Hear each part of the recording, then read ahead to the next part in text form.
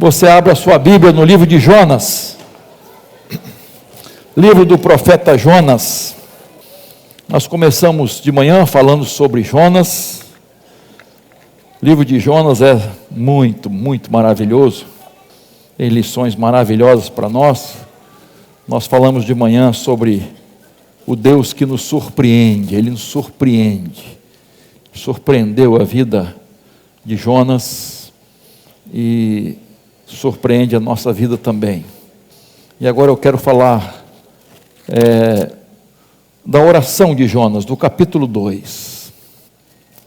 O poder através da oração. E eu quero apenas ler os primeiros 2 versículos. Diz assim, vamos ler juntos 2 versículos, então, vamos lá. Então Jonas, do ventre do peixe, orou ao Senhor seu Deus, e disse: na minha angústia clamei ao Senhor, e Ele me respondeu. Do ventre do abismo gritei, e Tu ouviste minha voz. Amém? Muito bem. O poder através da oração. Irmãos, Deus, na sua graça e misericórdia, disponibilizou para a sua igreja, para os seus filhos e filhas, esse recurso maravilhoso que é a oração. O poder não está na oração, nem nas palavras de efeito. O poder está naquele que responde à oração. O poder está no Senhor. E através da oração, irmãos, nós alcançamos o céu. Deus move seu braço poderoso para nos atender. Ele intervém, Ele age na nossa vida e nas circunstâncias. Porque através da oração, do altar da oração, há uma ligação ao trono de Deus. Só é possível ter essa ligação através da oração em nome de Jesus. Então eu tenho esse recurso e você tem esse recurso. Não são palavras bonitas, repito, não são frases de efeito, não há voz entonada, impostada, Senhor, para te arrepiar. É uma simples oração, mas que vem lá de dentro, irmãos, que comove o coração de Deus, que faz Deus agir. E quando você lê a Bíblia, Deus ordena a oração, Deus incentiva a oração, Deus recomenda que os crentes orem. E é interessante, Deus aguarda a oração dos seus filhos e filhas. Deus está esperando você orar.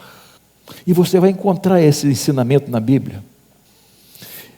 E aprove a Deus determinar, responder a oração através da fé. Quando você ora com muita sinceridade, lá do fundo do seu coração, cheio de fé e confiança, Deus responde.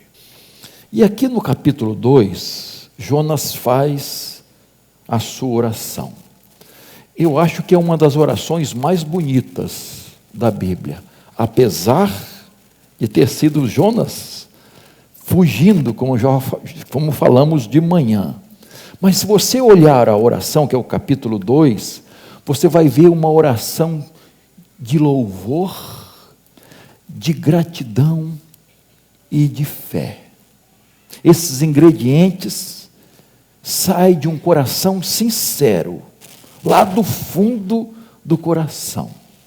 Jonas tentou fugir de Deus, você sabe disso, mas ninguém pode fugir de Deus. Davi, no Salmo 139, diz assim: para onde posso fugir da tua presença? Tu estás em todo lugar. Não posso fugir. Mas há algo interessante aqui, irmãos, que esse profeta fujão se rende à oração no finalzinho. Ele poderia ter orado quando foi chamado por Deus. Deus o convocou. Surpresa, falamos de manhã. Ele poderia ter orado: Senhor, me capacita, eu estou sem vontade, mas Senhor, me ajuda aqui. Jonas não orou. Ele resolveu fugir. Ele desceu para Jope. Ele resolveu viajar.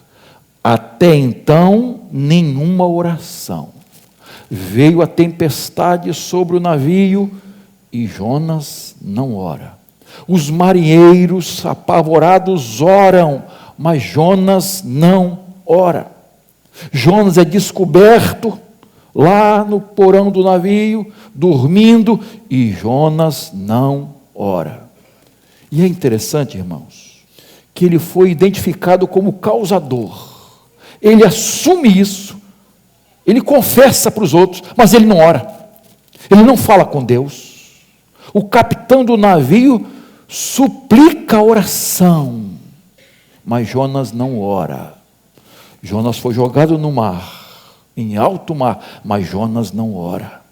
Jonas foi engolido por um grande peixe, mas Jonas não ora. Jonas passou 3 dias e 3 noites dentro da barriga do peixe, e Jonas não ora. É muito interessante isso, irmãos. Só no final, no seu último fôlego, é que Jonas faz esta oração do capítulo 2, e ele experimenta o poder de Deus através da oração. Então vamos ver aqui, eu quero destacar 3 lições importantes aqui nessa oração. A primeira é que aprendemos que a oração nos leva à presença de Deus. Deixa a Bíblia aberta aí, por favor, tá?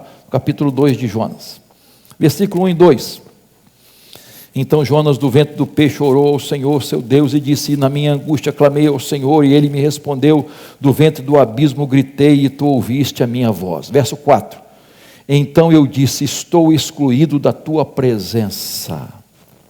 Será que tornarei a ver o teu santo templo? É interessante isso. Jonas faz uma confissão dolorosa, irmãos.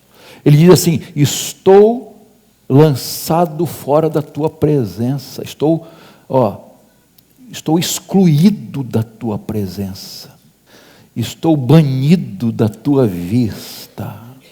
Jonas tentou fugir da presença de Deus. Agora, irmãos, no último instante, ele lamenta estar longe de Deus. O que ele escolheu fazer, o que ele decidiu fazer, agora ele lamenta. Por quê? Porque ele começou a experimentar o que é estar longe de Deus, o que é estar banido da presença de Deus, e bate o desespero no coração de Jonas. Irmãos, não existe nada mais perigoso do que Deus nos entregar a nós mesmos. Não existe desgraça maior do que Deus dizer: siga sozinho, vai do jeito que você quer. Irmãos, graças a Deus, quando Deus não nos entrega a nossa própria sorte, quando Deus não nos abandona, quando Deus não abre mão. Ele diz no verso 5: o abismo me rodeou. Olha a expressão que Jonas usa quando ele sai da presença do Senhor. Um abismo. Abismo aqui é a palavra Seol, lugar de mortos, significa inferno.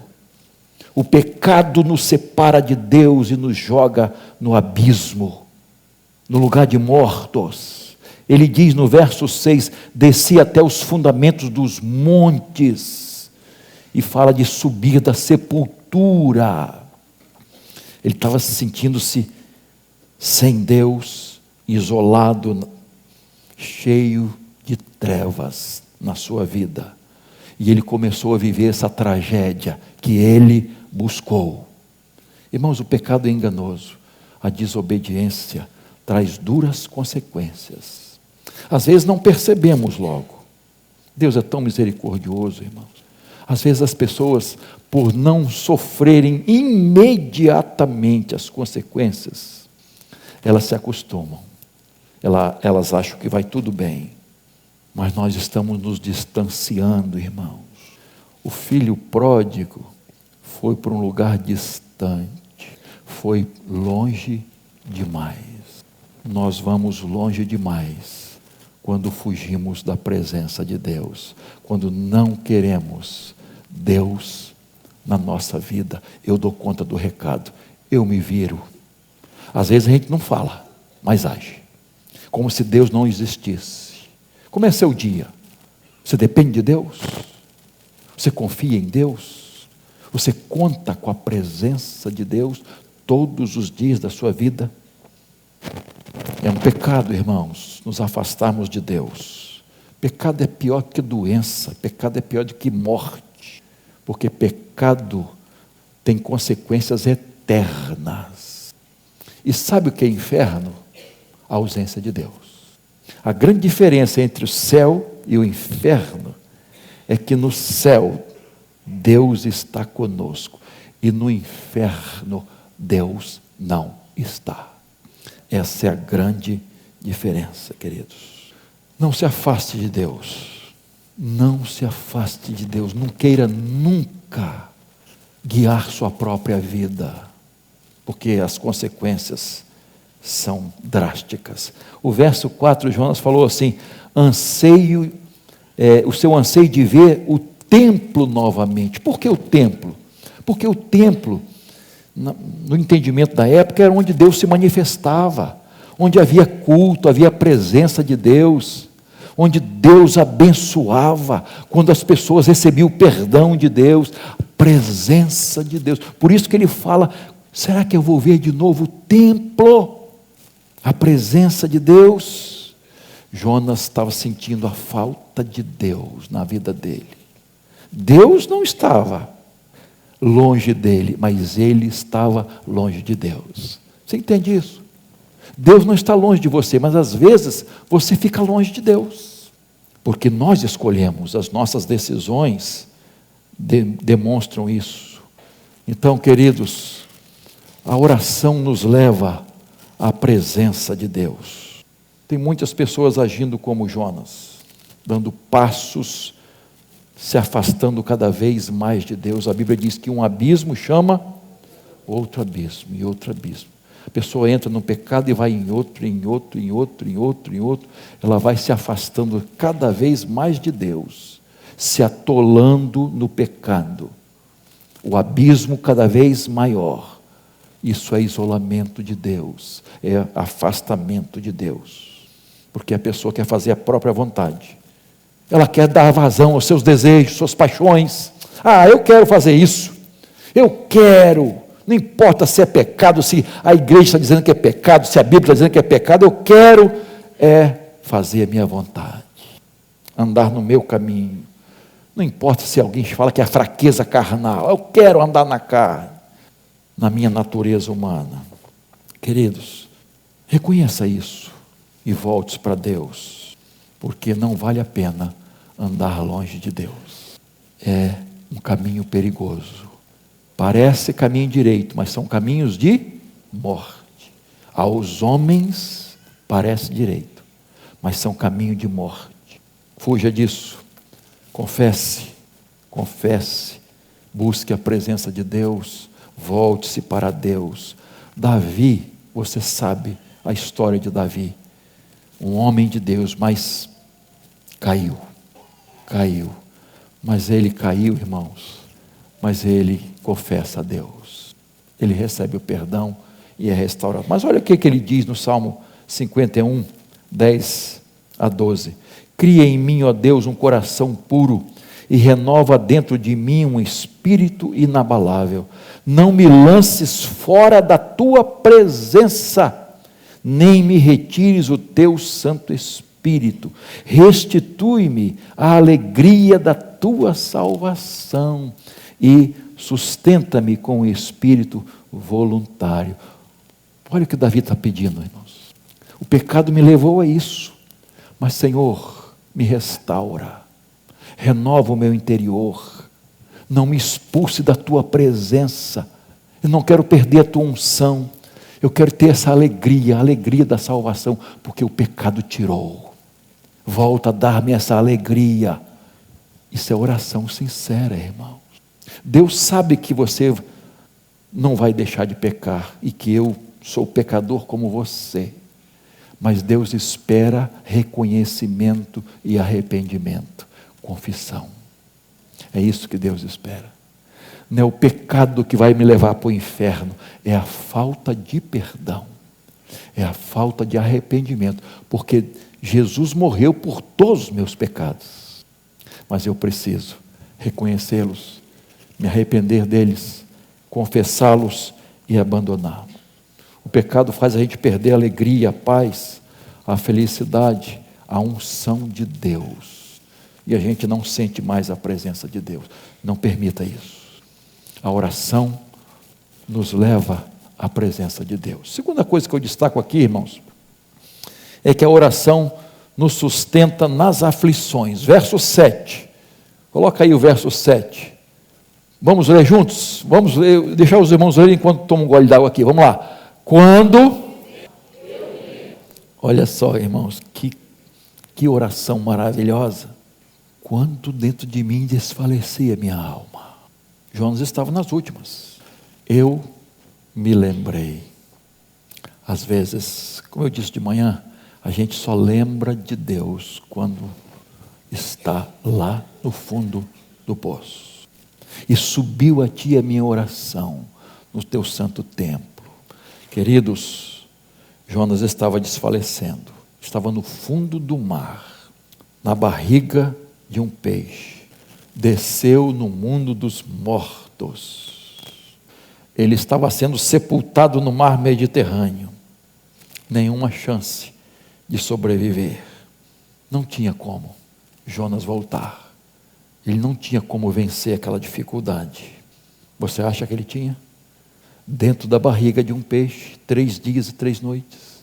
Às vezes, irmãos, nós precisamos entender que só Deus pode segurar nossa mão e nos tirar de onde estamos.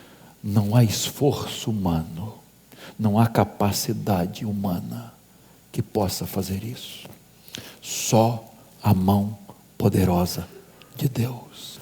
E quando a gente reconhece isso, irmãos, Deus estende a mão. Que nem Pedro, que fez a menor oração da Bíblia. Qual foi? Senhor, salva-me.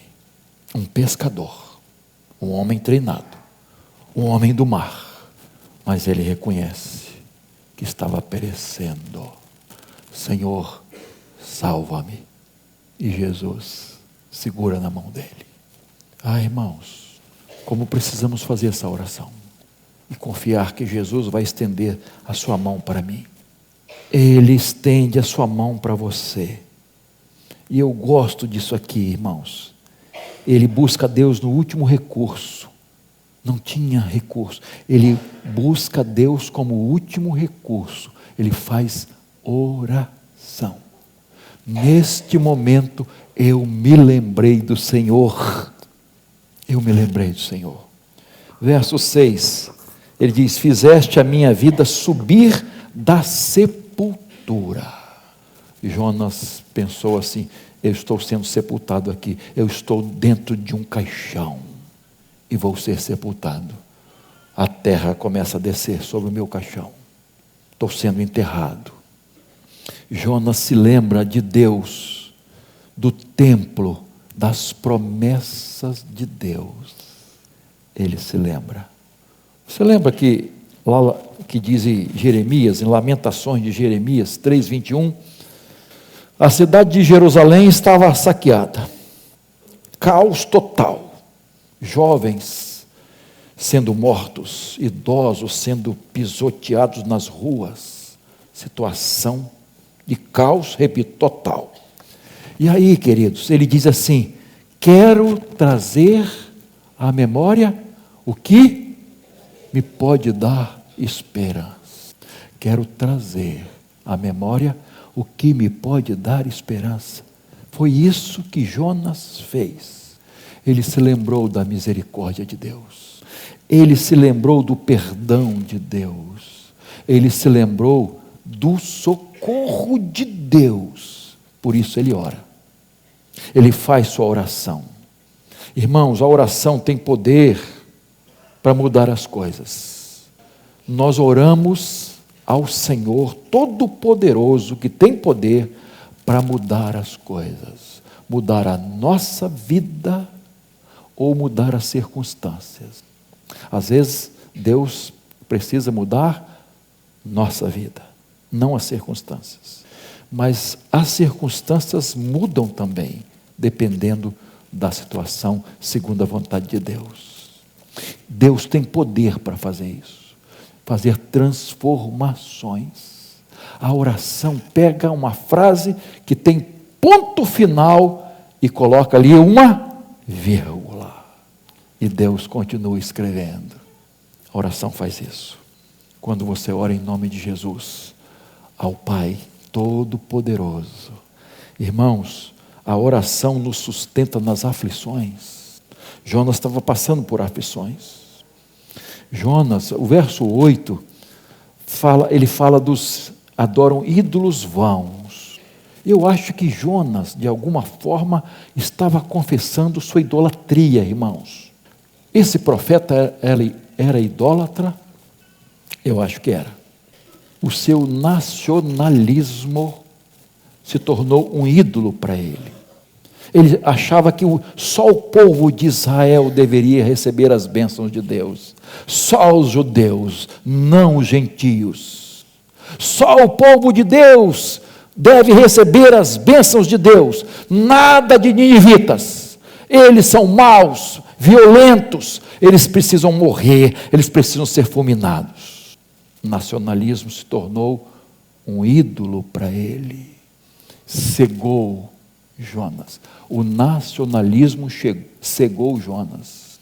E às vezes, irmãos, a impressão que nós temos é que as pessoas estão cegas nas suas ideologias, por causa de partidos políticos, por causa de muitas coisas.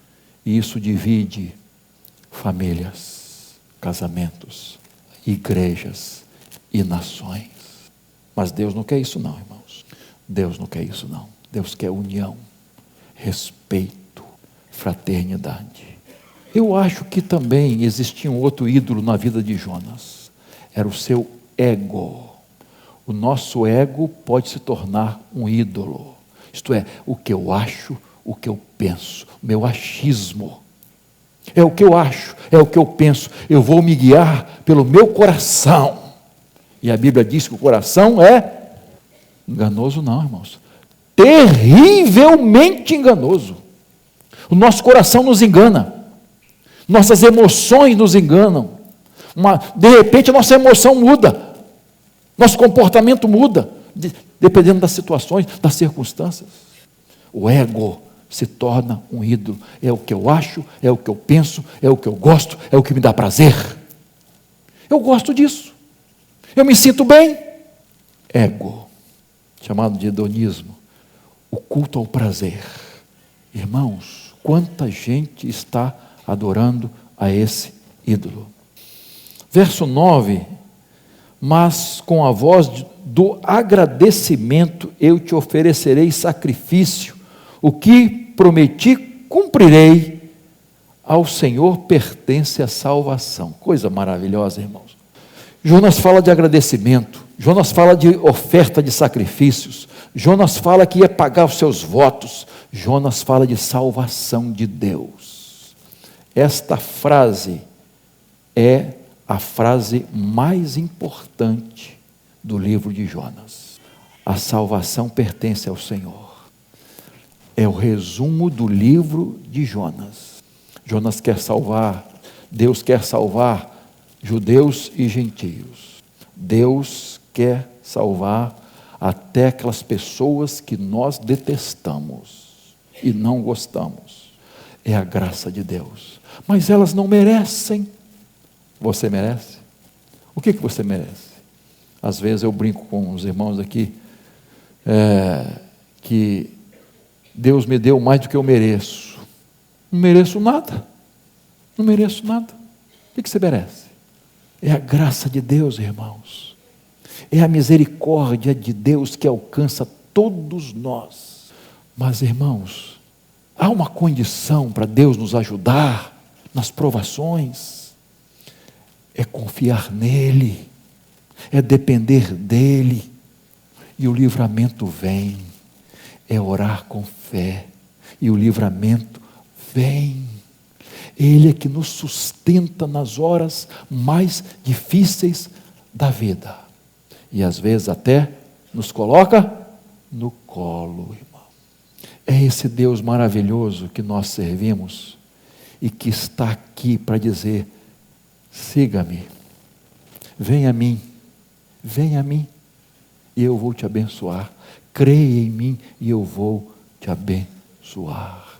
Eu vou te sustentar nas horas de lutas e dificuldades, nas horas de aflição, nas horas de medo, nas horas de pavor, nas horas de ansiedade, nas horas de depressão, nas horas de enfermidade. Eu é que vou sustentar você. Por último, a oração nos faz experimentar milagres. Verso 10, veja aí. Vamos lá? Vamos ler juntos? Este vomitou Jonas na terra. Irmão, Jonas não podia salvar-se a si mesmo. Ele estava condenado à morte. Mas Deus opera um milagre através da oração. Deus opera um milagre.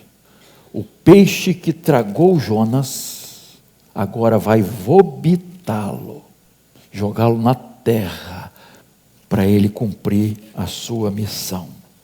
Antes ele foi jogado no mar para acalmar a tempestade. Agora Jonas é lançado na terra para acalmar a aflição do seu coração, da sua vida interior. A sua oração foi ouvida, irmãos. A oração de Jonas foi ouvida. E ele agora se dispõe a ir a Nínive, atender a missão de Deus, o chamado de Deus, entregar a mensagem de Deus. O livro de Jonas é um livro cheio de milagres. Você pode ver.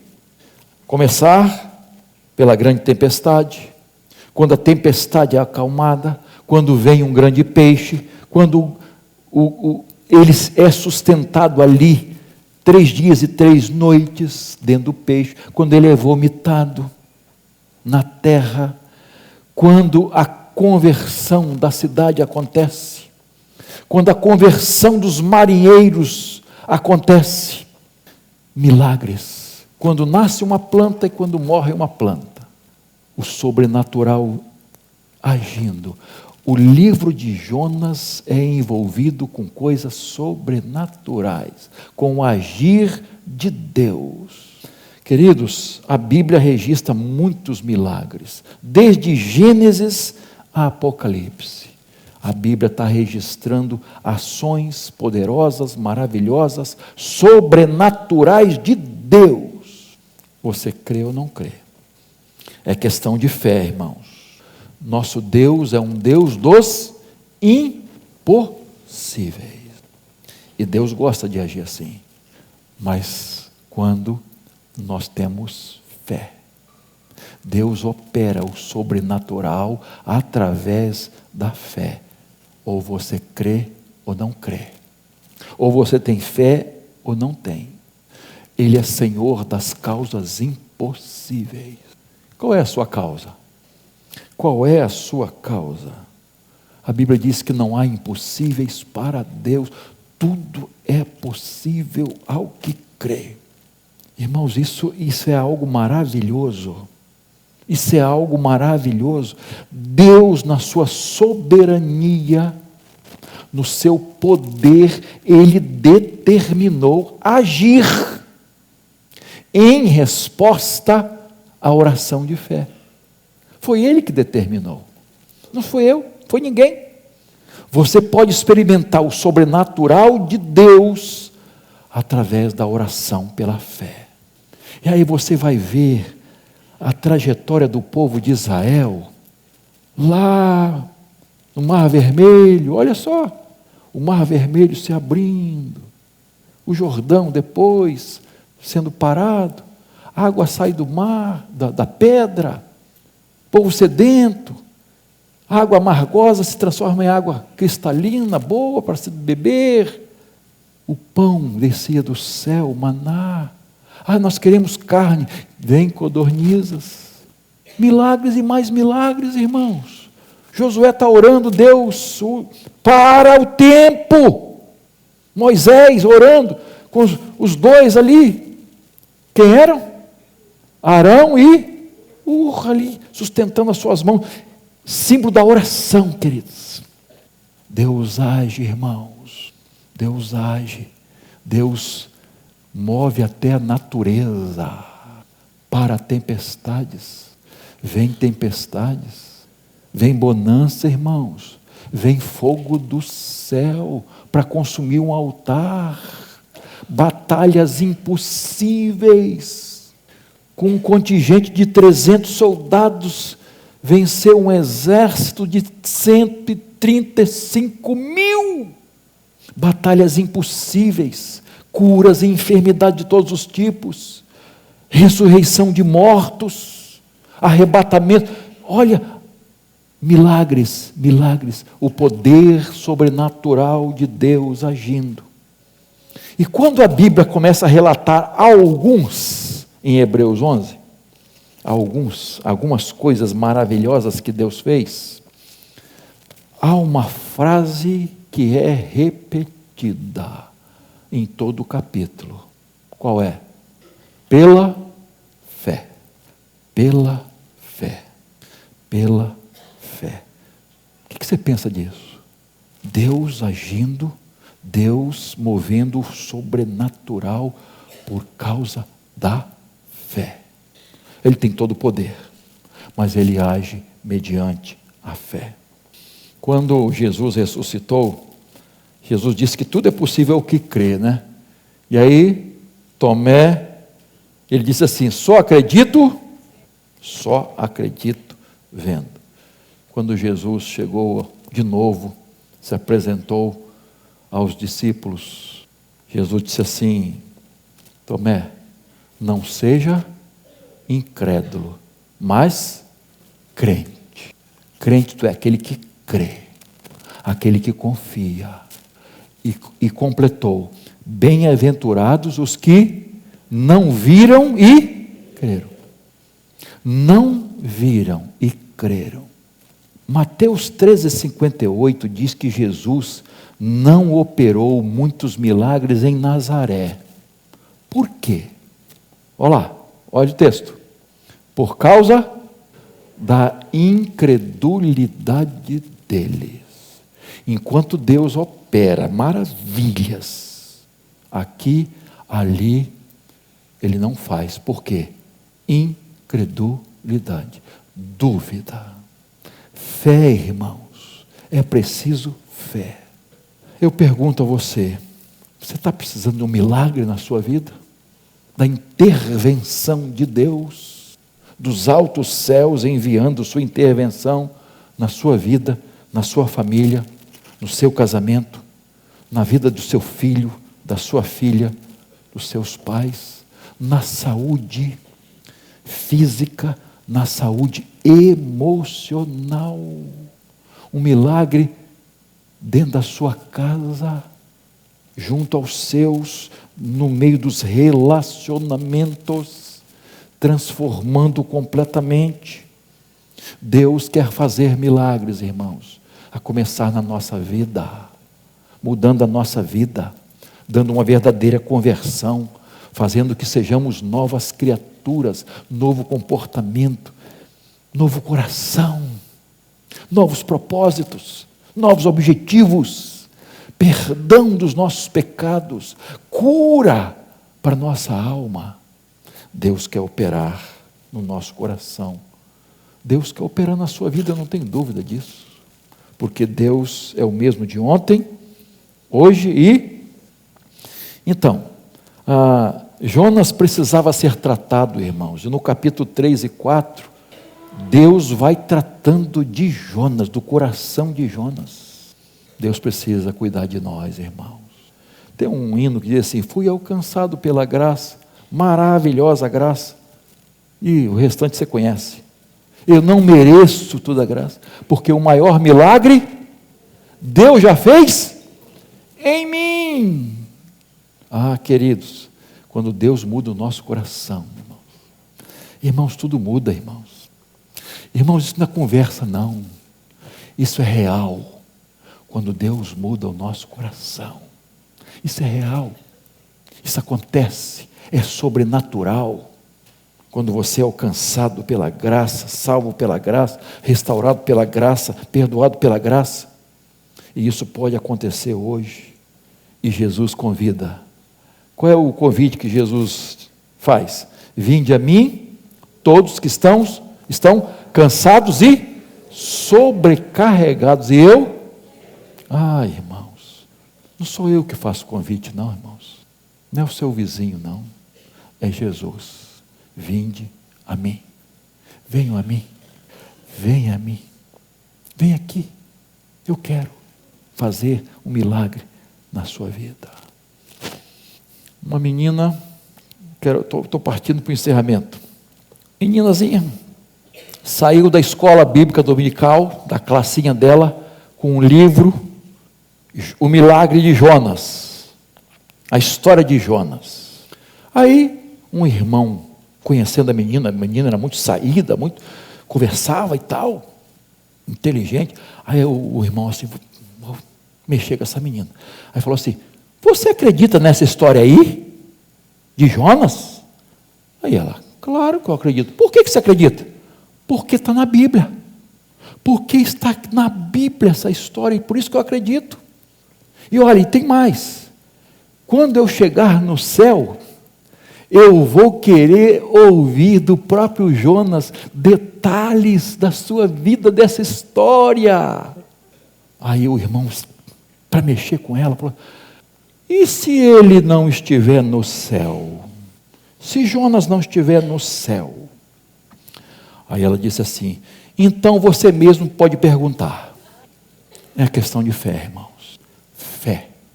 Fé é o que define sua vida com Deus. Sem mim nada podeis fazer. Se alguém quiser se aproximar de Deus e desfrutar das bênçãos de Deus, tem que ser pela fé. E a oração tem que ser feita através da fé. A oração nos leva à presença de Deus. Através da oração somos sustentados na hora das aflições, das lutas, dificuldades. E através da oração podemos experimentar milagres. O sobrenatural de Deus. Você crê? Você crê? É essa a diferença das pessoas. Por que uns recebem, outros não? Por que acontece aqui e lá não? Uma das respostas é essa: a fé. Porque Deus não está olhando a roupa que você está vestindo, seu sapato, a sua conta no banco, a sua aparência. Não. Deus está olhando para o seu coração. Deus olha para o seu coração. Ele olha se há fé. Quando 4 amigos levaram um paralítico a Jesus, fizeram um buraco no telhado e trouxeram, diz o texto, Jesus viu o quê? A fé deles. A fé. E a fé precisa ser exercitada, isto é, colocada em prática. Fé só de gogó não funciona. Tiago diz que a fé se demonstra. Dê um passo de fé hoje. Entregue sua vida a Jesus. Entregue sua luta a Jesus. Entregue seu lar a Jesus, seu casamento. Entregue seus filhos a Jesus. Entregue sua doença a Jesus. Entregue seu problema financeiro a Jesus. Entregue a Ele. E você vai ver o resultado de sua fé. Deus operando maravilhas através de uma oração feita pela fé. Amém?